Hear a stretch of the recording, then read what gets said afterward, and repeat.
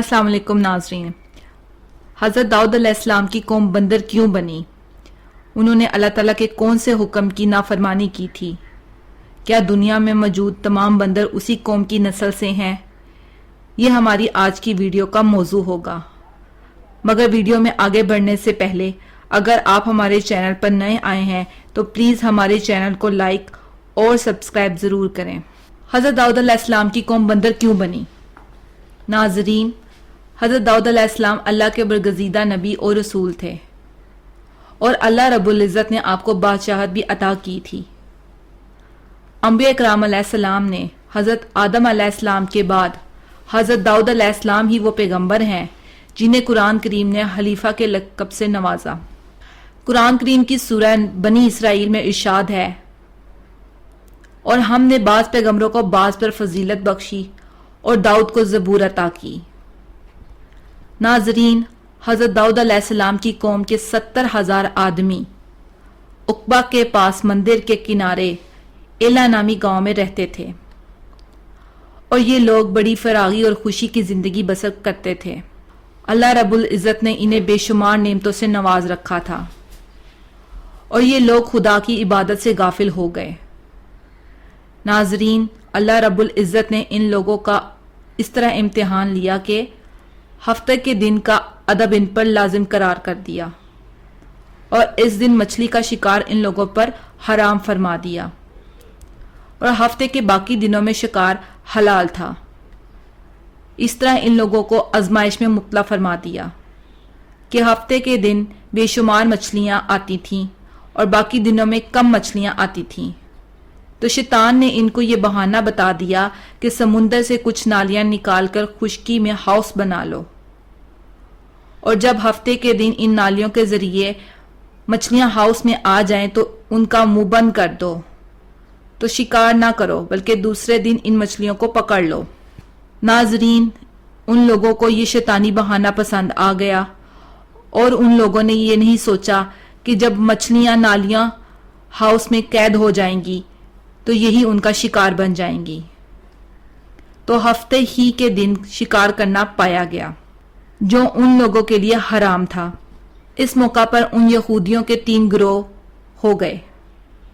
नाजरीन, कुछ लोग ऐसे थे जो शिकार के इस शैतानी बहाना को मानने से मना करते थे और नाराज और बेजार होकर शिकार से बाज रहे, जबकि दूसरे गिरोह के लोग इस काम को दिल से बुरा जानकर खामोश थे मगर दूसरों को मना नहीं करते थे, बल्कि मना करने वालों से ये कहते थे कि तुम लोग ऐसी कौम को क्यों नसीहत करते हो जिन्हें अल्लाह रब्बुल इज़्ज़त हलाक करने वाला है या सख्त सजा देने वाला है।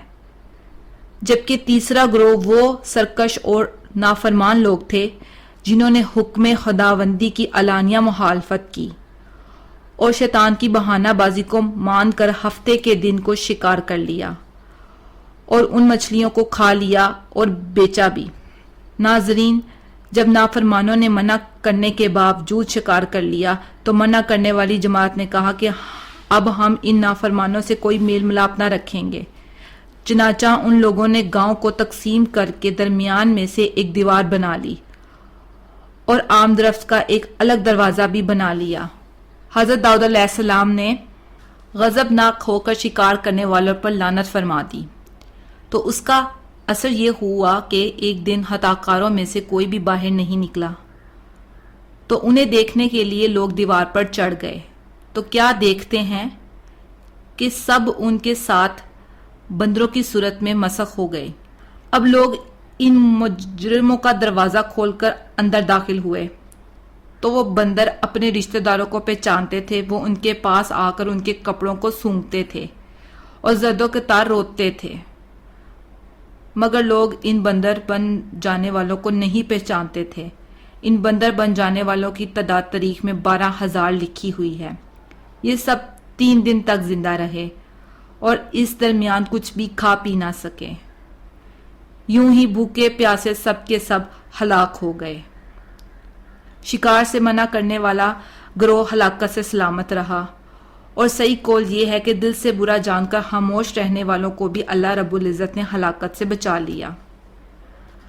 ناظرین، سورہ بقرہ کی آیت نمبر 65 میں اللہ رب العزت نے ارشاد فرمایا ہے، اور بے شک تم کو معلوم ہے کہ تم اور وہ جنہوں نے ہفتہ میں سرکشی کی تو ہم نے ان سے فرمایا کہ ہو جاؤ بندر ددکارے ہوئے۔ ناظرین، ایک اور سورہ میں موجود ہے کہ جس سے معلوم ہوتا ہے شیطانی بہانے بازیوں میں پڑھ کر اللہ کے احکامات کی نافرمانیوں کا انجام کتنا برا اور کس قدر خطرناک ہوتا ہے، اور خدا کے نبی جن بد نصیبوں پر لعنت فرما دیں وہ کیسے ہولناک عذاب الہی میں گرفتار ہو کر دنیا سے نستہ نابود ہو کر عذاب نار میں گرفتار ہو جاتے ہیں اور دونوں جہاں میں ذلیل و خوار ہو جاتے ہیں۔ ناظرین، اصحاب ایلا کے اس دل دہلا دینے والے واقعہ میں ہر مسلمان کے لیے بہت بڑی عبرتوں اور نصیحتوں کا سامان ہے۔ اس واقعے سے مسلمانوں کے قلوب میں خوف خداوندی کی لہر پیدا ہو جائے اور وہ اللہ اور اس کے رسول کی نافرمانیوں سے منہ موڑ کر صراط مستقیم کی راہ پر چل پڑیں اور دونوں جہانوں کی سربلندیوں سے سرفراز ہو کر اعزاز و اکرام کی سلطنت کے پائیدار بن جائیں۔ ناظرین، اب ایک انتہائی اہم سوال یہ ہے جو اکثر لوگوں کے ذہن میں ہوتا ہے کہ کیا اس دنیا میں موجود تمام بندر اسی قوم کی نسل سے ہیں؟ تو اس کا جواب یہ ہے کہ حضرت عبداللہ بن مسعود رضی اللہ عنہ منقول ہے کہ بعض لوگوں نے اپنے زمانے کے بندروں اور خنزیروں کے بارے میں حضور اکرم صلی اللہ علیہ وآلہ وسلم سے دریافت کیا کہ کیا یہ وہ مسخ شدہ شکلوں والے یہودی ہیں؟ آپ صلی اللہ علیہ وآلہ وسلم نے فرمایا، اللہ رب العزت جب کسی قوم میں مسخ صورت کا عذاب نازل کرتے ہیں تو ان کی نسل نہیں چلتی بلکہ چند روز میں ہلاک ہو کر ختم ہو جاتی ہے۔ بندر اور خنزیر دنیا میں آنے سے پہلے ہی موجود تھے۔ جزاک اللہ۔